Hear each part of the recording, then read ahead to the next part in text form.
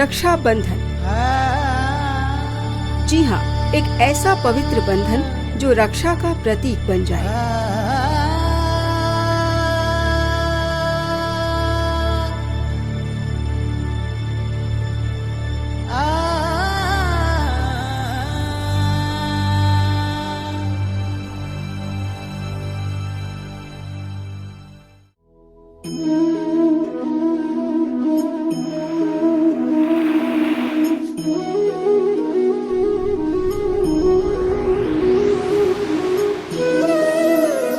हमारा देश भारत एक सांस्कृतिक देश है।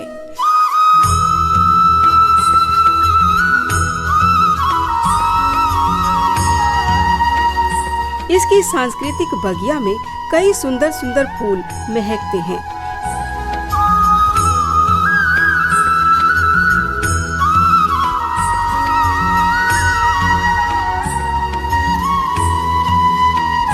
इन्हीं सांस्कृतिक व पारंपरिक फूलों में से एक है रक्षाबंधन का त्योहार। इस त्योहार का इतिहास जितना मनोहर व पुराना है, उतना ही गंभीर है इसका महत्व।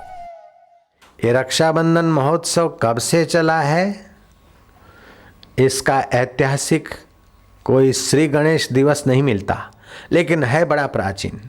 देवता लोग दैत्यों से परास्त होते चले गए। शची ने देखा अब कोई उपाय है तो बस केवल मेरी संकल्प शक्ति का। शची ने इंद्र को दाएं हाथ पर एक धागा बांध दिया। विजय होने के शुभ संकल्प, आपकी प्राण शक्ति और आपके हितैषी की भी प्राण शक्ति, और धागा बांधते उसकी प्राण शक्ति आपकी नाड़ी को लगी। तो इन नाड़ियों पर अगर सुरक्षा का, इसकी रक्षा हो, इस भाव का धागा बांध दिया जाता है और अंतःकरण अपना पवित्र है, तो शची के शुभ संकल्प ने इंद्र को विजयी बनाया। फिर चल पड़ी परंपरा आगे कि यज्ञ याग पूर्ण करते और हमारे भावों की सुरक्षा रहे, इसलिए शिष्य गुरु को बांधते और गुरु सुरक्षा का धागा शिष्यों को छूकर अर्पित कर देते थे। मेरे को रक्षाबंधन महोत्सव अपने आश्रम में रखने का कब से सूझा कि आश्रम नहीं बना था। मेरे गुरुदेव के पास कुछ भक्त आए थे, गुरुदेव अहमदाबाद में थे, भक्त आए थे जूनागढ़ से, उसमें एक मास्टर भी था। तो साईं को राखड़ी बांधने के लिए, तो मैं तो ये मानता था कि ये जैसे भाई बीज बहन भाई का उत्सव है, ऐसे रक्षाबंधन भी बहन भाई का उत्सव है। तो मास्टर है और साईं को बांधने आया है। तो मुझे शंका हुई। तो बाद में मुझे पता चला कि ये उत्सव भाई बहन के पवित्र संबंधों का स्मरण तो कराता है, बहन के सुख दुख में साझीदार और भाई के सुख और उन्नति में भावना करने वाली बहन का उत्सव तो है, लेकिन गुरु शिष्य के जीवन में और अपने जाति के, अपने कुटुंब के लोगों के प्रति भी। लेकिन हमारी नज़र बुरी और पड़ोस की लड़की कहीं बुरी नियत का शिकार न हो जाए, तो मुझे उचित है कि रक्षाबंधन महोत्सव के दिन उस पड़ोस की कन्या को दे दूं कि ले बहन आज राखड़ी बांध। तो जो बार बार बुरी नियत करके मेरा मन विषाद में ले जा रहा था, विकार में, उस छोटे से धागे ने बहन भाई के पवित्र संबंध को जागृत करके मेरे को विकारों से बचाया।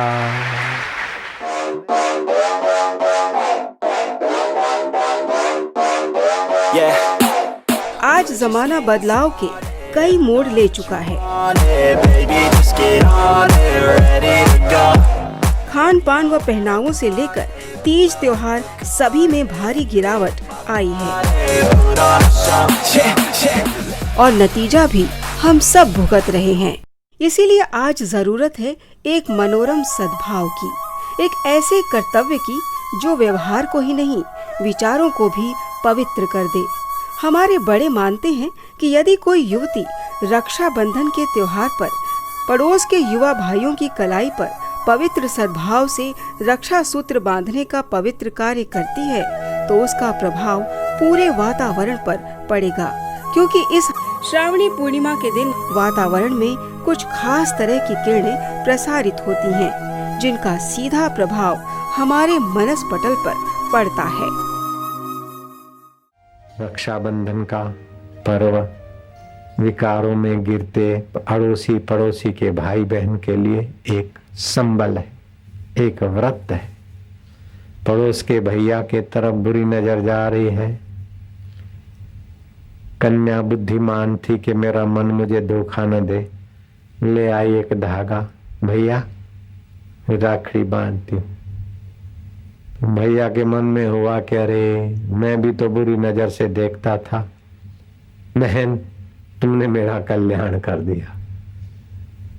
भाई बहन का इस पवित्र बंधन युवक युवतियों को खाई से गिरते हुए बचाने में सक्षम रह जाता है।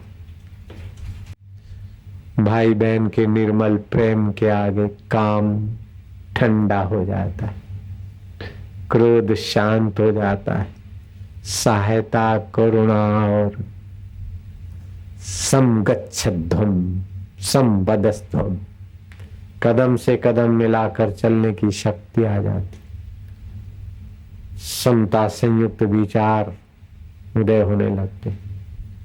ये व्रत और पर्व समाज टूटे हुए मनों को जोड़ने का सुंदर अवसर। कुटुंब में अबोले बोलने लगते हैं, दूरी मिटने लगती है और सामूहिक संकल्प शक्ति साकार होने लगती है। रक्षाबंधन का धागा तो सूत का है, लेकिन उसमें संकल्प हूं की सत्ता का है। इसीलिए हमारे गुरुदेव लोक हितैषी संत श्री आसाराम जी बापू ने इस पर्व पर सभी का मंगल हो, इसी मकसद से सभी को सुझाव दिया वैदिक राखी बांधने की परंपरा निभाने का।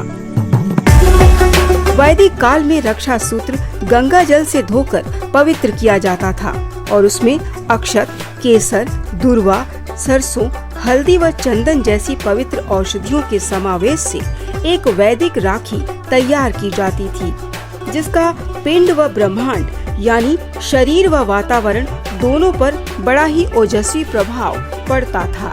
शरीर से बीमारियां व वातावरण से बुराइयां अपने आप ही गायब होने लगती थी।